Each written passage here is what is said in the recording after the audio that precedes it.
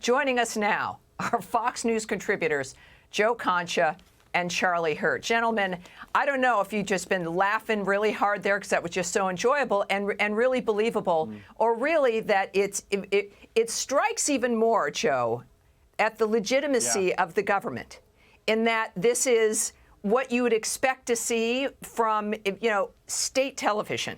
And Americans, we don't like it. There's serious issues in this country. We want leadership. And yet there he is with Drew Barrymore, who I think is probably a lovely woman. I'm glad she got through a difficult childhood and that she's, contributing to the American tax base here.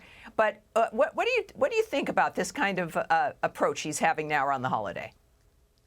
Well, I'm with you, Drew Barrymore. We all loved E.T. It came out 40 years ago, just age ourselves completely. But people should understand that since the midterms, Tammy, what you just played is literally the only sit-down television interview that the President of the United States has done to this point. Isn't that incredible that Joe Biden, after the midterms, does one interview, not with 60 Minutes and not with Bret Baier and not with the few legitimate journalists that would actually ask him good, solid questions, but he goes to Drew Barrymore instead. And what that tells you is that his handlers are petrified to put him in front of anybody who will ask him about, for instance, the U.S. southern border and the catastrophe that's going on down there. Nearly 5 million people entering this country. There are 27 U.S. states that have a lower population than 5 million, a lower population than the number of people who have come in the first 2 years of this presidency.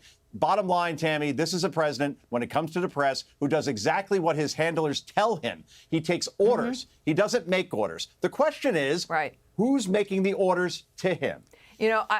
Excellent points. And Charlie, at the same time, we've found that about 6% of the American people have no real grasp of how serious the border situation is. Maybe this strategy is working for them. Maybe this happy talk, everything's fine, he won the election on this, I'm the unifier. Is this a thing that they should be doing? Because it seems to be working at this point. Oh, I think politically it definitely is working. And it works as long as you have the media behind you ignoring a crisis the likes of which we see at the border, which has entirely been manufactured by this man alone. His predecessor, Donald Trump, solved the immediate crisis of the flow, didn't solve all the problems with immigration in this country, but solved the immediate problem of the flow of illegals coming into the country.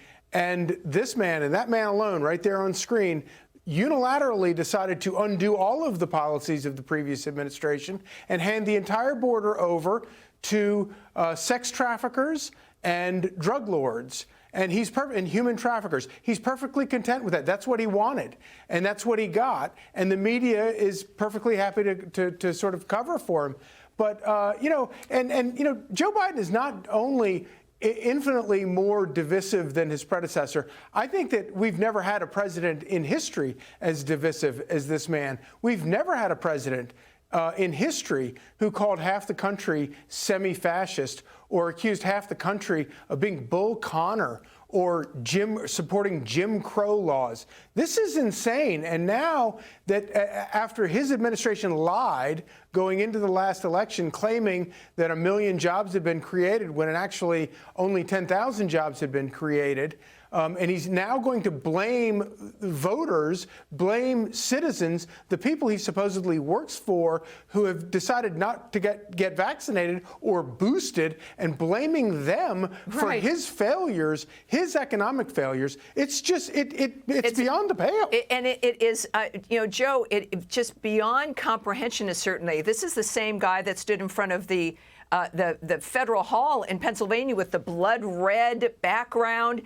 And why, I'm wondering at this point, since he was so comfortable doing that leading up to an election, and it wasn't just calling Republicans names. This was about whoever voted for Trump were white supremacists, were the fascists, and all of that. So it was half of this country that he was smearing beyond Republicans. Why is he shifting right now? Why is he pretending that he is once again the great unifier? What does this say to you? I don't think, Tammy, he's shifting at all. I think his handlers are shifting the message, perhaps. And then he goes out there. You've seen Anchorman, right? Whatever you put in the teleprompter, Burgundy will read. Whatever you hand this president to read, he will read. But why are they doing it then? Making... Why are they doing it? What is the strategy? In all seriousness, what are they getting worried? I'm wondering if they're looking at the nature of what's happening with confidence and legitimacy, if they're thinking they went too far. Is that possible? No, I don't think so. I think it's just a spur of the moment type of thing where, Tammy, we're near the holidays, so you send out the unifying message during the holidays. But, you know, to Charlie's point before, the White House stood today behind calling the Georgia law Jim Crow 2.0. This is what this White House does. They'll tell you it's 85 degrees out right now in Chicago, Pittsburgh, or here in Jersey, and do so with a straight face. You can present indisputable facts like there was record voter turnout in 2 straight Georgia elections since they changed that voting law, and they'll tell you, no. It's still suppression going on. And in Georgia, it's as hard to vote as swimming across the Atlantic Ocean. And instead of the media standing up and doing their job and saying, this isn't only misleading, it's an intentional lie, they just shrug along with it as if they're in tacit agreement with what this White House is saying. Gentlemen, thank you very much. Joe Concha, Charlie Hurt, I appreciate you joining us tonight. Hey, Sean Hannity here. Hey, click here to subscribe to Fox News YouTube page and catch our hottest interviews and most compelling analysis. You will not get it anywhere else.